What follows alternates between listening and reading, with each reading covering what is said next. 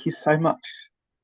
There we go. I've just turned on the recording, so everyone's ready for that. I've seen some other local Sussex people. My good friend Jess, who's talking later in the day, has just joined. I'm David. I'm the owner of a company called Ashes to Blooms, based down in Worthing, West Sussex, on the south coast in England. If it looks like I'm not looking at you, it's because I've got a mad laptop and the camera's in the keyboard. So if I look at the keyboard, it's very difficult. So I'm not ignoring you. I apologise. So I'm just going to talk a bit today about my own experience of natural burial.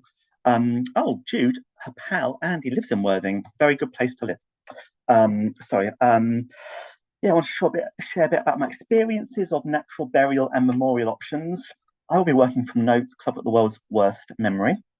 We've got plenty of time today, so as Nick has already said, please do put your hand up, post comments in the box as we go.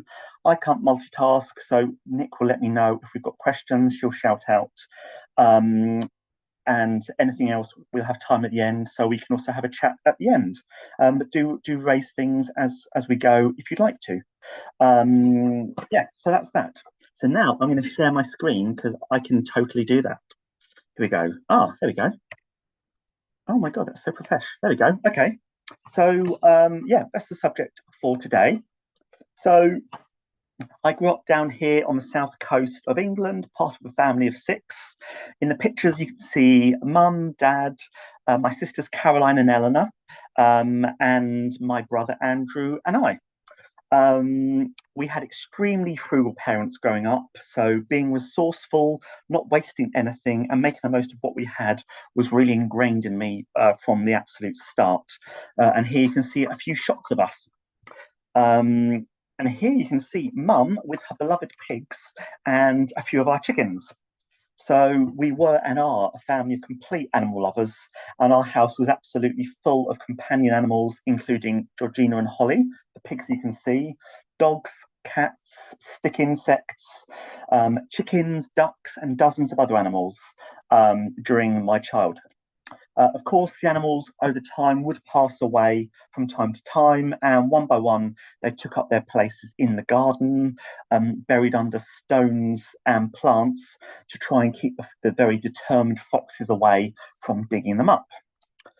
Here you can see Mum with a couple of the pigs, Georgina and Holly, and you can see a concrete barrier in this picture. That was because Georgina liked to smash her way through the back door, so we had to keep her out. So yeah, so those are a few of our animal friends, and that's where my great love of animals came from. After I moved out, went to uni, went to law college, I moved to Hove, again on the south coast, in 2008.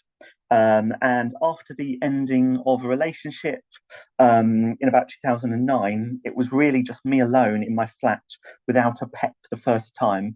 And I really just felt quite alone living in a new place. I decided that I needed a companion animal to really make the flat my home. And as being a lover of animals and all things natural, I visited the summer agricultural show. I came home with a beautiful Netherland dwarf rabbit called Lucy. And as you can see, here she is. Lucy had many hobbies, primarily terrorizing me, eating what she shouldn't, licking my face. If I would stroke her, in return, she would lick my face, and that was her way of reciprocating. Jumping on whatever I was trying to work on and laying in the sun. She was an incredible companion, especially during lockdown 2020, extremely intelligent and interested in everything that was going on around her. And she especially loved chewing through cables. So yeah, she had many hobbies, great interests. Naturally, her health did deteriorate over time, and in January 2022, she passed away at the great age of 12.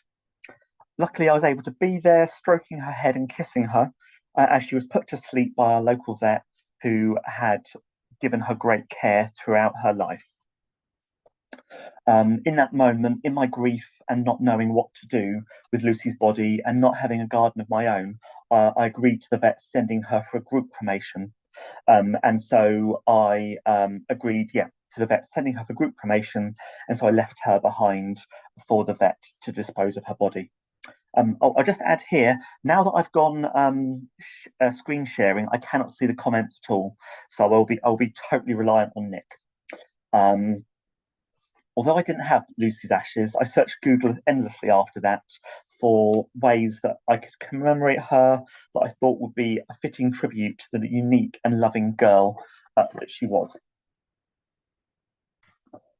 During my endless searching, I found many beautiful options for using ashes, such as fusing ashes into glass, using them in artwork, in jewellery, paperweights, as we can see here, or simply for them to be sealed in a wooden casket.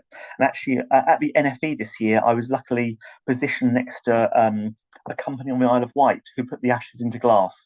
And I assumed it was some big sort of corporate just machine process, but this family make them one by one. Somebody carefully dropped some of the ashes in, so I was really blown away by the glass process. So yes, it was very much different to what I thought, and it was really beautiful.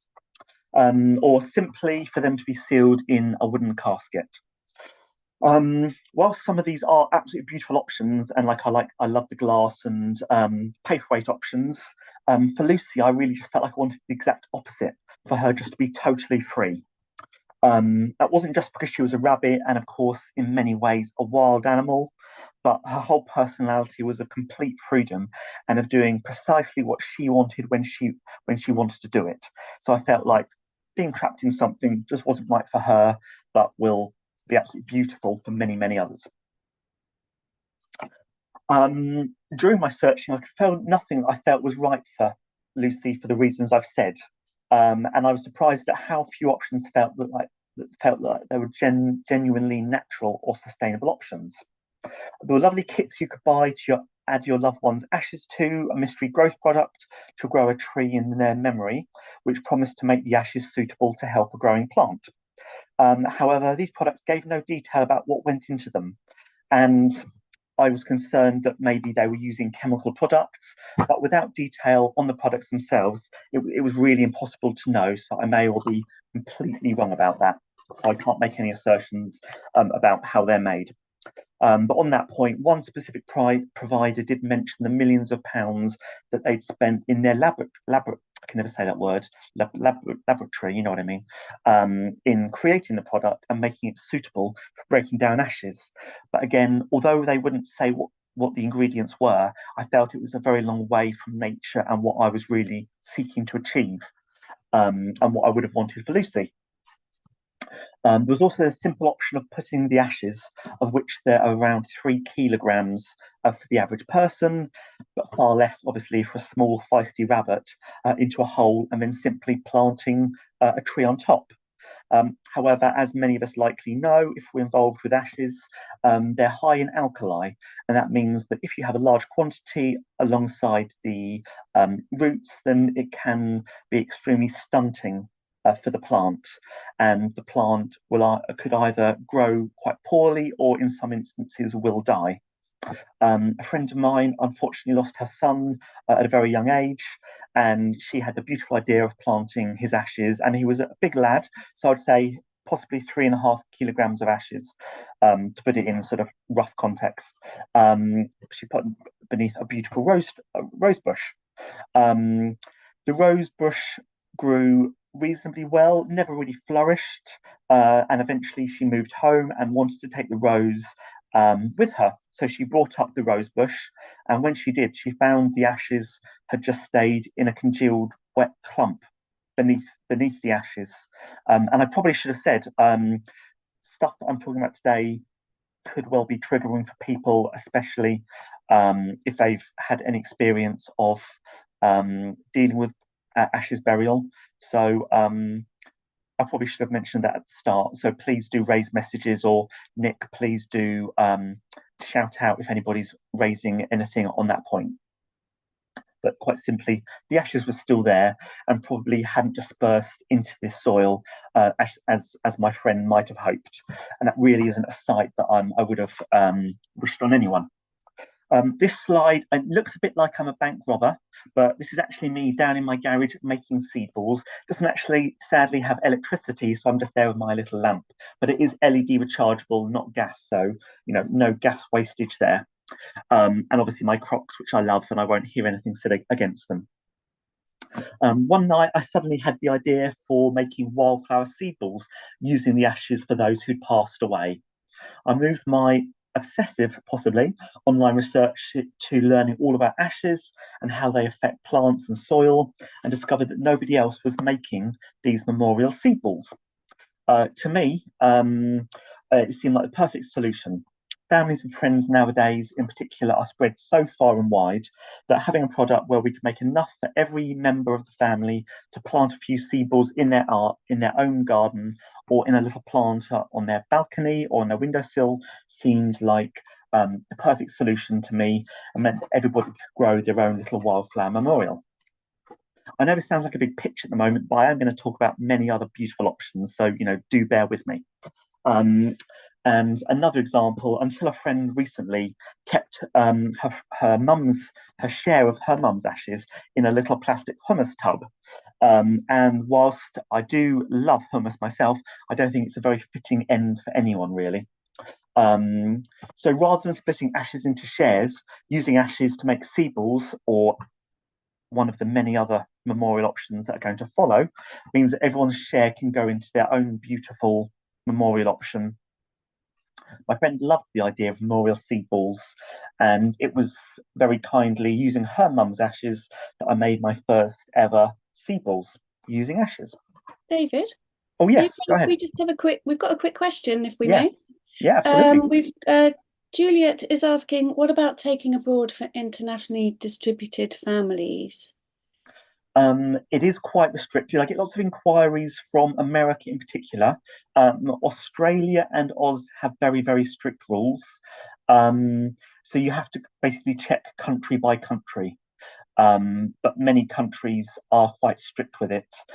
Some people have ended up saying they're just going to put it in a little packet in their suitcases, which obviously I thoroughly disapprove of, and I would say do not do that. But yeah, every country but Oz and the US. Somehow I've accidentally set up my SEO so that my page on my website that talks about posting ashes, I get maybe a couple of inquiries a day from Australia, from America. So I just have a copy and paste response saying I'm actually not a national exporter of ashes. So, but you're totally right. It's very difficult. Ashes plus seeds can make it very hard to Yeah. distribute. Mhm. Yes. Yeah. Very, very Thank important you. point. Yeah. Thanks.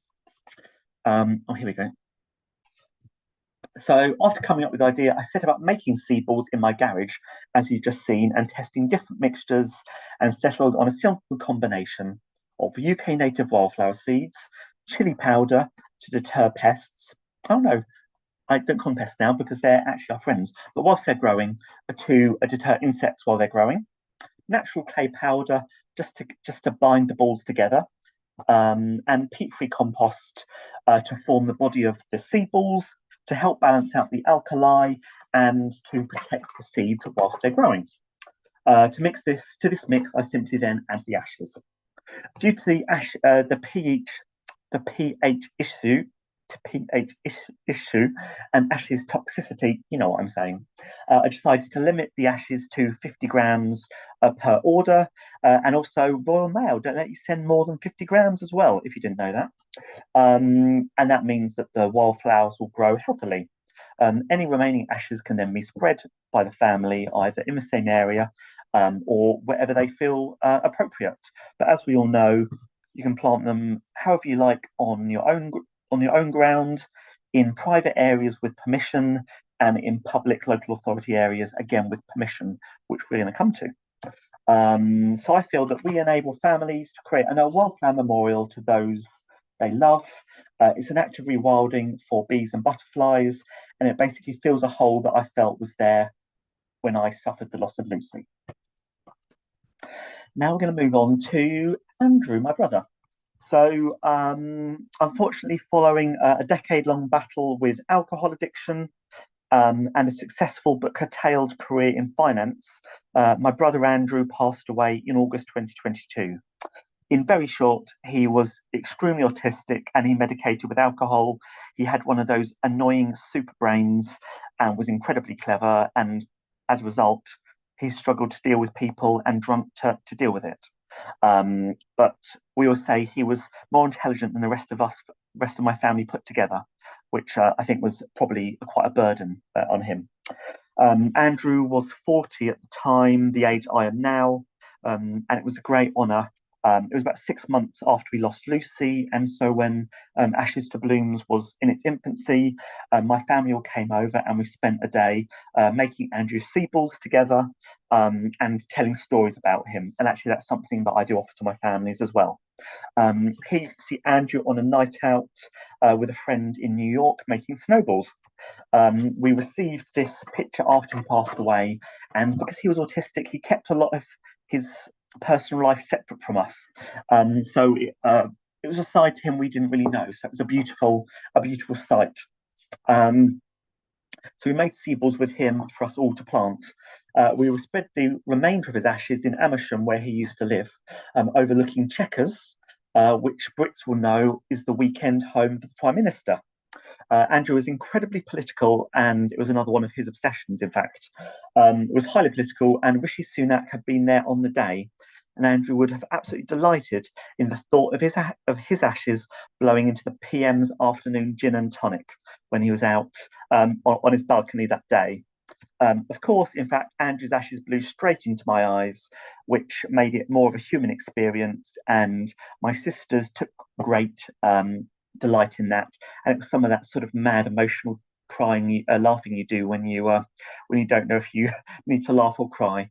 But yes, hopefully, Rishi did get a few ashes because Andrew was not a fan, let's just say. Andrew absolutely loved gardening, another one of his obsessions in life. Here you can see his sea balls growing beautifully on my flat's balcony, overlooking the gardens, which I take no hand in. They're beautifully done by somebody else, and also see glimpses of the English Channel. So I feel like he's got his ideal spot, as well as in Rishi's gin and tonic. David, sorry to interrupt Oh, again. yes. We have No, another go ahead. question, please. Yes. Gwen's asking, did you say you would do this alongside families if they asked you to? Yes, I don't have it as a standard option on the website because if everybody were to take it up, and of course, lots of families, strangely in Scotland, they get lots of orders from Scotland. I don't know why, but often I develop these relationships with people message and they say they're local and about the options. And if they're local, I always say, would you like to come over to mine and we can make sea balls? And yes, so that is something that families are welcome to come to mine and make. I've now moved it into the flat as well. My dining room is now the seed ball making area, which isn't a very catchy name. So it's warm. It's warm now. So yes, that is an option. Yes, Lovely. absolutely. And I missed a question from Jude earlier. Sorry, Oh yeah. Jude. Jude's asking, I am an advocate for human and animal composting. Is this something you would consider in the future, David? Yes, absolutely. So this isn't. I actually ran out of time with my research, but I know composting is big in the US, and I think it's a beautiful idea. Absolutely. Mm. So making receivables with human compost. When I last researched it, I think it wasn't yet legal here, but I'm sure it's absolutely in the works, and I think that's a beautiful option. So yes, Mm. absolutely. Yeah. What a lovely, yeah, to be used as compost in your own garden. So absolutely beautiful idea, and yes, I would love to be involved in that in the future. Yes, Lovely. absolutely. Another question from Jude. Thank you, Yes, Jude. Do you look at different regions for the seed mix? Excuse me. Sorry, everyone. that was. I For feel like. example, if you're in Scotland, would you use native seeds? Oh, well, actually, so we haven't gone for Scottish native seeds yet, but our mix is UK native rather than necessarily English. On the website, I have worked out different mixes. So we've got a clay mix, a chalk mix, a mix for very damp, shady areas, and a mix for shorter varieties. So if you want to have them growing on your little windowsill, you don't want 2 meter high poppies. So we have got mixes. It's UK natives, but we haven't gone Scottish specifically. But that's a really good thought. So thank you. We've got dog friendly now in case pet. They're actually dog, cat, and pet friendly. If people have got very plant loving animals, but no, we are always working on new mixes, and I'll certainly think about other regions of the UK. So yeah, thank you, Jude. Great, thank you. Thanks. So natural burial as an option. According to the Earth Funeral website, as a fossil fuel driven process, cremation produces significant amounts of carbon dioxide. One cremation is estimated to produce 535 pounds, or for those outside of the UK, and that's around 243 kilograms of CO2. To put that in context, that's equivalent of a 609-mile car journey in the average-sized petrol car, which obviously is incredible. Accordingly, when finding ways to memorialise, all these words are really real tongue twisters, and I'm terrible at speaking, so this is awful. To memorialise those who've passed away, it's vital that we make use of the most sustainable options available.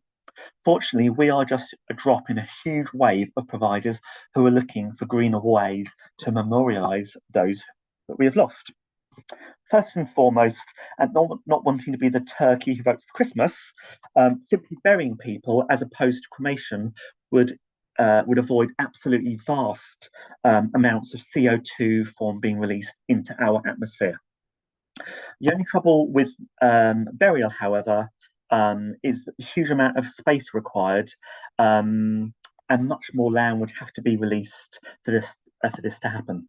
I know that's a huge issue, particularly in England, where we've got a housing crisis and a need for more housing, and I'm sure other countries face the same issue.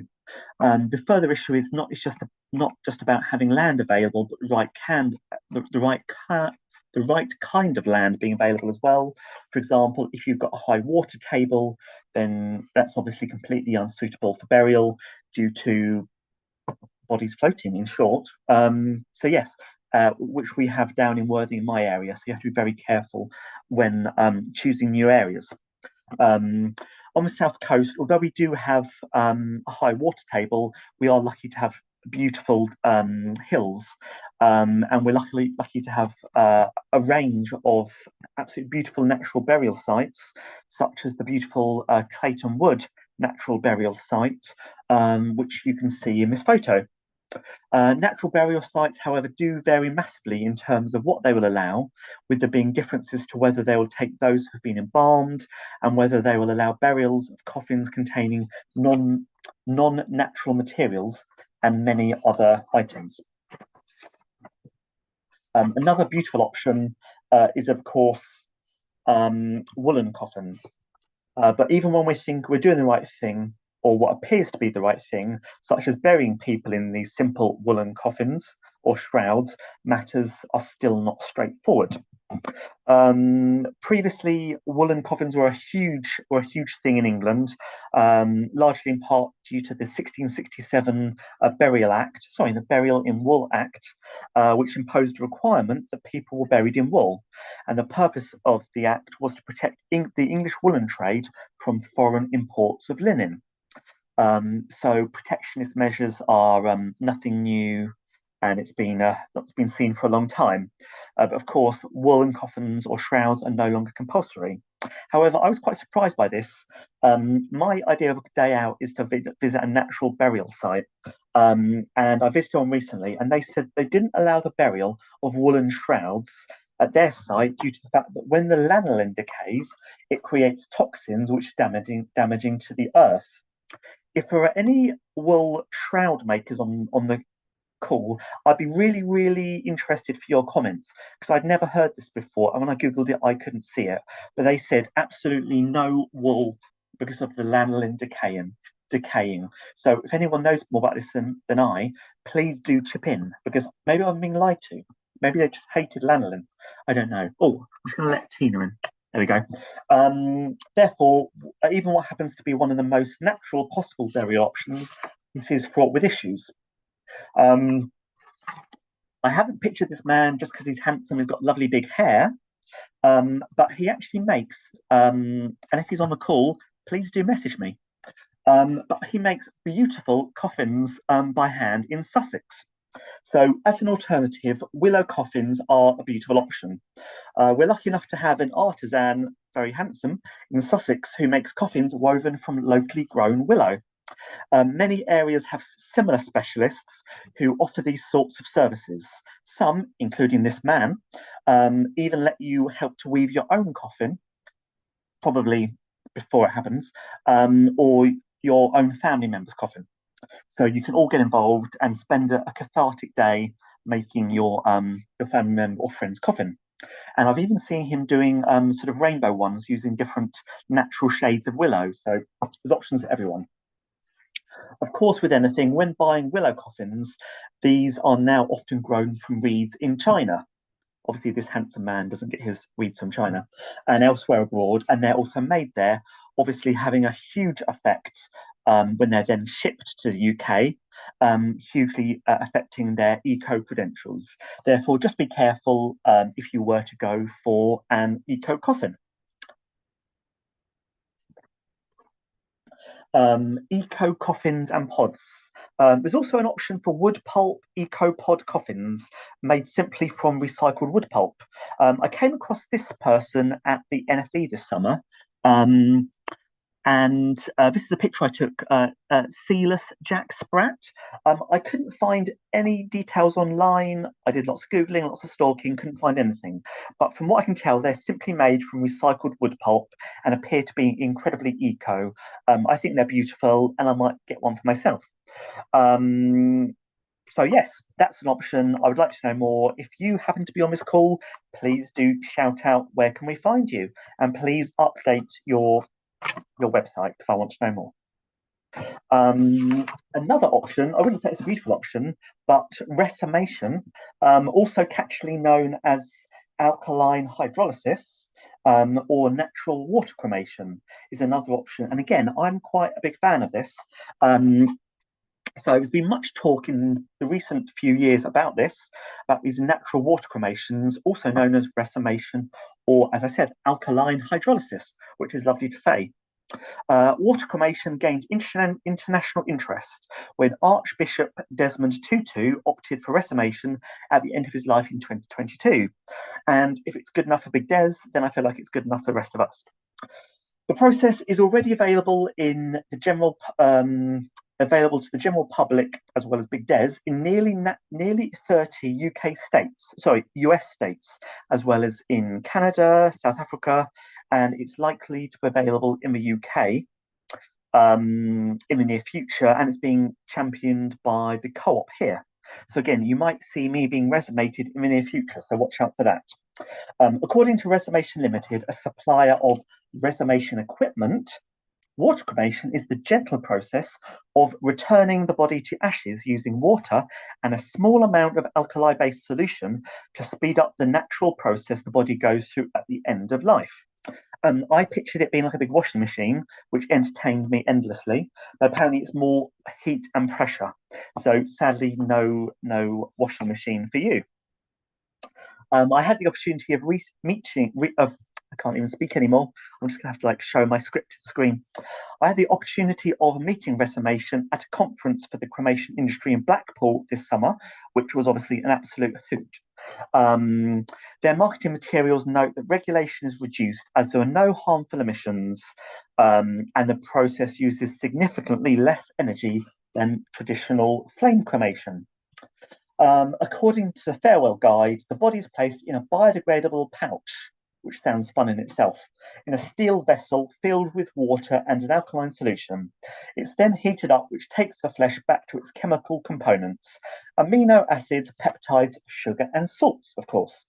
After about 3 to 4 hours of being compressed, not put on a hot spin, only the bones remain. They're then turned ground into a white powder, which shouldn't be mistaken for any kind of illegal item. So leave your teenage children, keep them away from it, placed in an urn and then given to the family in the same way they would be as with fire cremation. Quite excitingly for me, the ashes will be less alkali than they are at present. So if you are mixing them in the soil, then that's likely to be better for plants. Another sexy topic or another sexy option is hydrogen cremation. And here you can see, oh, everyone's joining. Why is it? Oh, maybe they're joining for the next one. They actually don't want to see me at all. So, but they can catch my headlines anyway. How long have we got? I can't even see the timer. Oh, no, we've got 15 minutes. Sorry, 15 minutes. So the next option is hydrogen cremation. Now this is the very beautiful and my local crematorium, the Worthing Crem. And it became the first in the world to trial a switch to cleaner, greener hydrogen energy. The pioneering Worthing High Crem, as it's catchily known, project involved one of the three cremators at the site being powered exclusively with green hydrogen, a world first. Worthing's not famous for anything apart from me, but it's now got the High Crem on its list of Oh, and Dave Benson Phillips. Anyone who knows my age group might know him. Also lives in Worthing. So yeah, that was a world first in Worthing, but it was just a trial. One of our local universities, University of Brighton, was monitoring the air quality for 4 weeks to identify any changes in emissions. And I, very luckily, managed to speak to the manufacturers of the High Prem and got a free umbrella from them while I was there at a conference this summer. Although the umbrella didn't affect my review. And they said that results of the trial are expected imminently. Here you can see Worthing's beautiful creme, which opened in 1968 and unbelievably received an award for its design. So yes, this is what I loved in the 60s. The future. Oh, David, sorry, we have a quick question. Oh yes, go ahead. That's okay. Michelle's asking, are aquamated ashes more friendly to the soil and need less treatment? So my limited knowledge is so that one small point I made is they should be less they will be less alkali, even though they're based on using an alkali solution. The man at Highcram who gave me my umbrella said that yes, they'll be less alkali, so they'll actually be safer for mixing with soils than classic ashes. So yes. And he said there'll be a similar kind of volume, maybe a little bit more, but basically quite similar. Because I think current ashes are a little bit, because of the grey, they remind me a little bit of cat litter. So white might be good. White might be good. Great, thank you. So 17, the future. According to BBC, 75% of people are cremated at present. Whilst bury is likely to be a more sustainable option, everyone's joining now. I'm about to finish. It's quite offensive, but please come along anyway. Whilst bury is likely to be a more sustainable option, and as above, substantial increases in burial numbers are unlikely to be viable in the short term. As a result, we'll continue to see mass reliance on cremation, or as we know, water burials, and when it becomes legal, these composting of bodies, which again I think is lovely. So until then, hard decisions will have to be made on how we make meaningful use of our loved ones' ashes. I tried to give a bit of an overview on the current state of affairs, but with only a short slot. Although actually, I think I requested that, so it's my own fault. I found it hard to keep it brief. But no, I had to keep it brief. With the number of people wishing to make creative and memorable use of their loved ones' ashes, people will continue to find memorable ways to use their loved ones' ashes. Now, Disney, I've read, have a huge issue with people scattering ashes in their parks, and have had to employ SWAT teams in each park to deal with people scattering ashes, as many people do, of course, want to leave their homes, leave their loved ones in the happiest place on earth. So these SWAT teams run around with big vacuum cleaners to suck up ashes. So a warning for you there.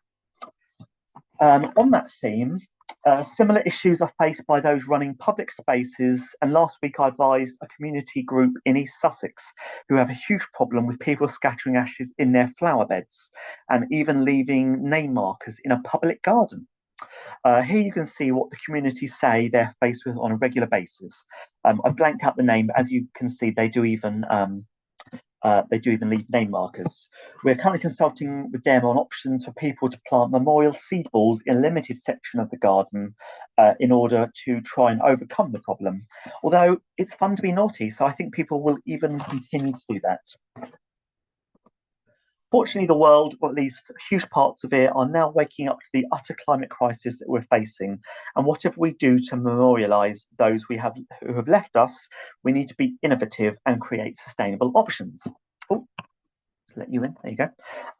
As the inspirational Sam Zindel of PropellerNet said at Worthing's 2023 climate conference, again, that was a hoot, we know the problem and we know the solutions. All we need is the will. But I think he said he got that from someone else. So somebody else said that, but he also said it. So I'm going to say it too.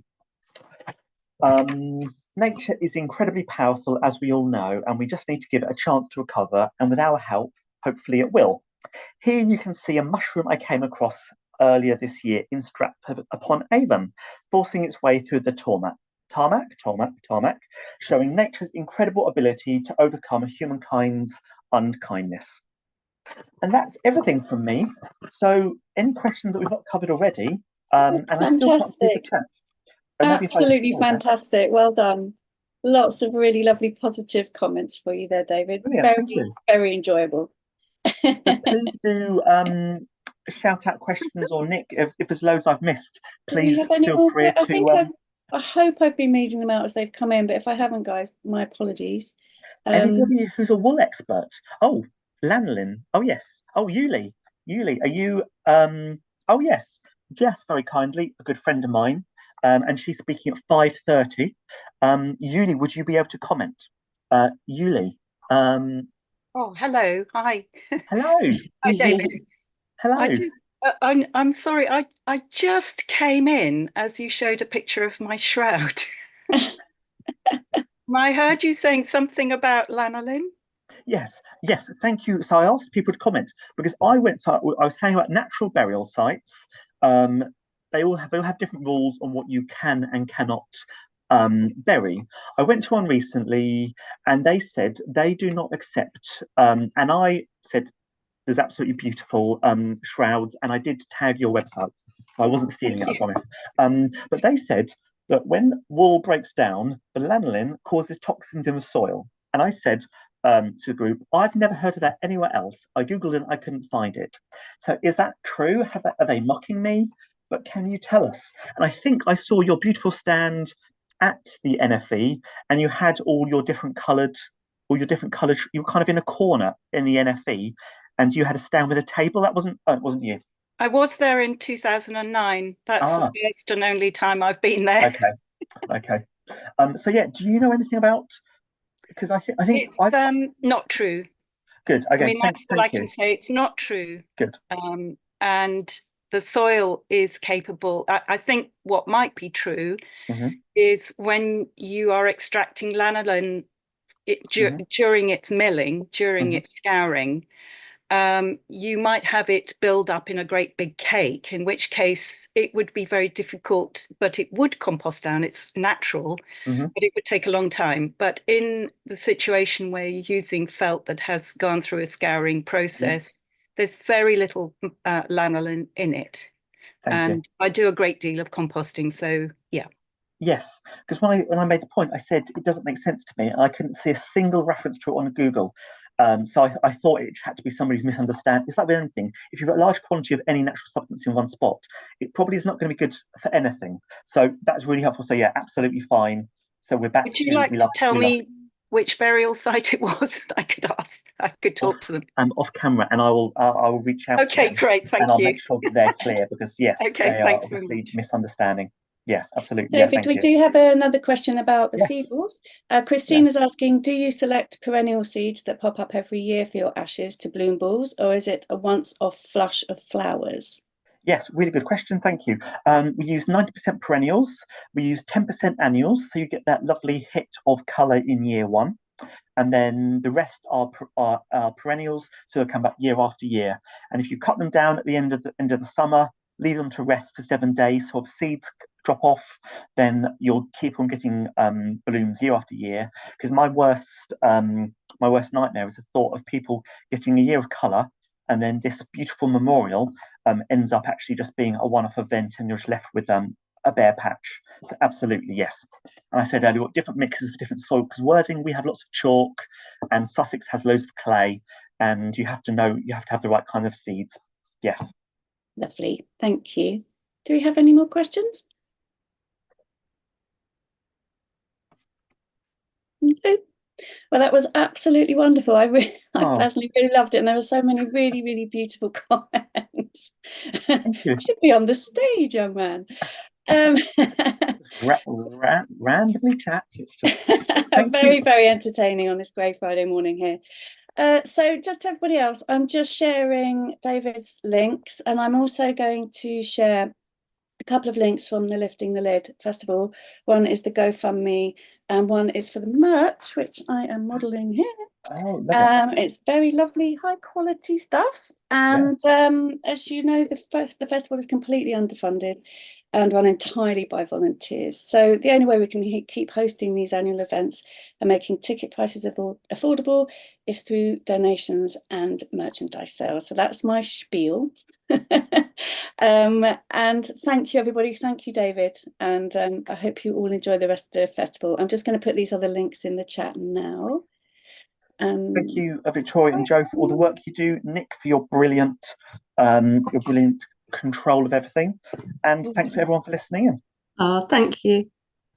Thank you. We're gonna sorry, I just whilst I was gonna say we'll start moving people into the waiting room again. Sorry, this is the worst part, having to sort of cut things off, but we'll go from the bottom of the list. And thank you, David and Nick, so much. Really enjoyable. I love that. Great start to the I'm just trying to get the links in, but I don't think I've managed. I'm trying to. You did. I think you got some in, and then one of them they said that the Instagram they weren't sure. I've really put that in. I'll put our links in. Oh, sorry. Is that okay? Yeah. Okay. And then the Ashes to, if you just search Ashes to Blooms, if put the Instagram link. I put that in again. I'll check it. I have put Ashes to Blooms in. Yeah, that went in. Oh, yeah. Anyone wants to save the chat before we the waiting room? There's 3 dots. Either be at the top or the bottom of your chat, and you can just click the 3 dots and press save chat, and that will save all those links for you. Because I'm sorry to rush you all out. Yeah. No. I really enjoyed that, David. Thank you so much. Thanks all. Have a good day. Hope to see you again, and I'll see you ladies in a little while. Yeah. Bye now. Thank you so much. Bye. Brilliant. Thanks. Oh, I